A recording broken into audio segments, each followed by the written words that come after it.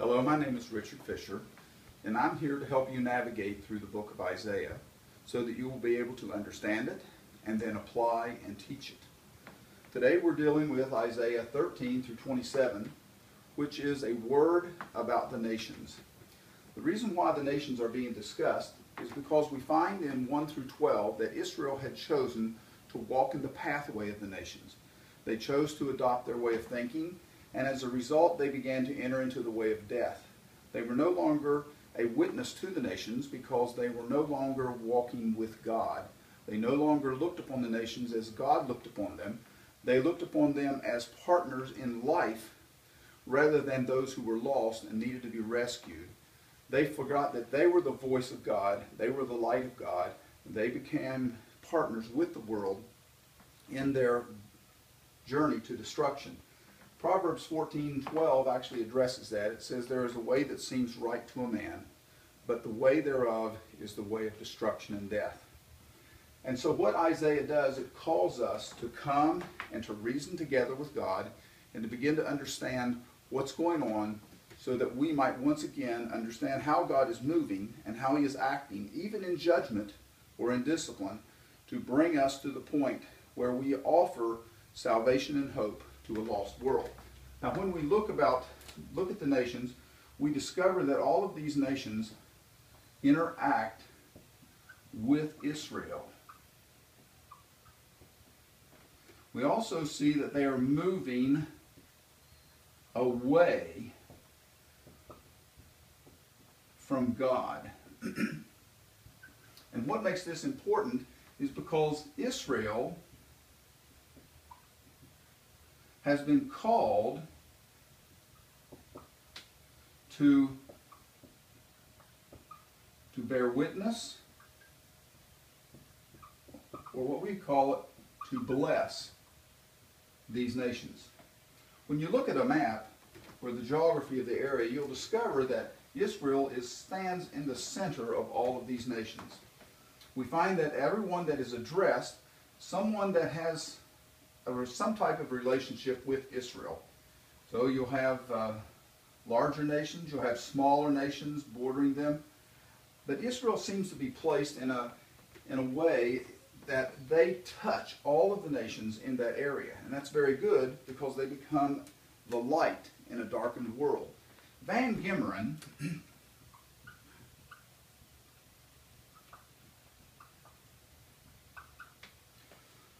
looks at all of these nations and he says there are three classes of nations.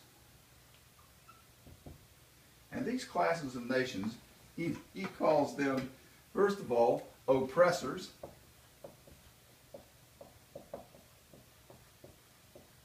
And then he calls the other class troublers.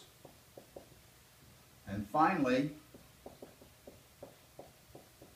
seducers. The oppressors would be the Assyrians, the Babylonians. The troublers would be those who scorn Israel and God. The seducers would be those who offer the ways of the world, the material of the world. In a sense, they woo Israel into thinking that following the nations and following the ways of the nations will actually bring them greater joy and happiness. Unfortunately, Israel has been seduced. They struggle with the troublers and they're afraid of the oppressors. So much so that they begin to lose trust in God. When we look at the passage, we begin to see how it operates and how it works. And so as we look, 13, we see that there are basically two sections, 13 through 23. Talks about each of these nations. And as we look at the nations, we see them and their journey away from God. We see them as lost, struggling. Yet in the midst of all of this struggle, we see that God mixes hope and a vision of life and salvation. He mixes hope with His warnings. So you get the idea that God is interested in the nations. It reminds us of the Abrahamic covenant, where God says to Abraham, I will bless you so that through you, you will bless the nations. God is interested in the lost. He's interested in bringing salvation to Israel and then through Israel to the world, to the nations. We see that there is judgment here, and if the nations continue to walk in the ways of judgment, they will die.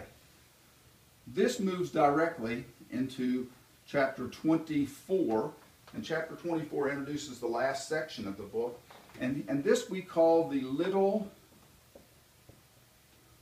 apocalypse.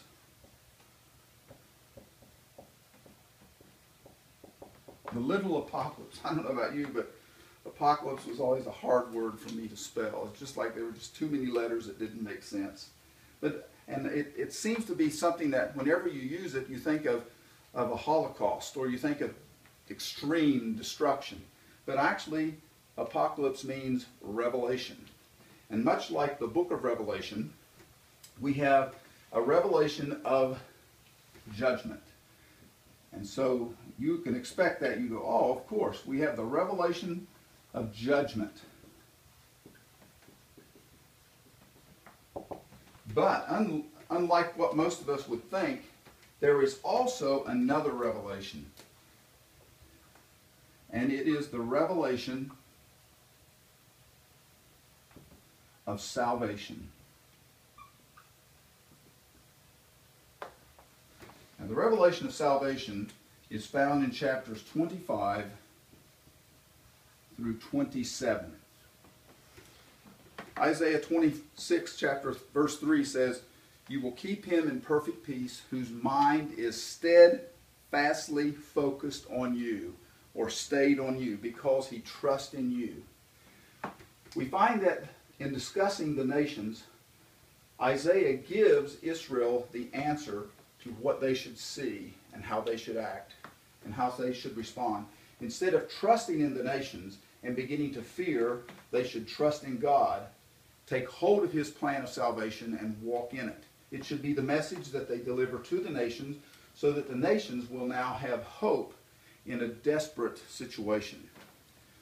We see now that this message seems to be a cycle where it starts with a concept of where the nations find themselves, and then an understanding of what God offers, so that once again we have the message of warning, a message of hope, and a message that directs ourselves on to Jesus Christ, the one who brings that.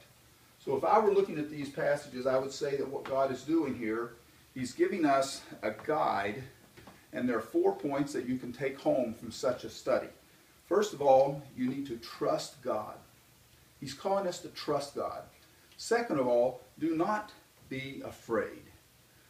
Learn to find your security and your strength in the promise of what God says. Trust God. Do not be afraid. Go to the nations.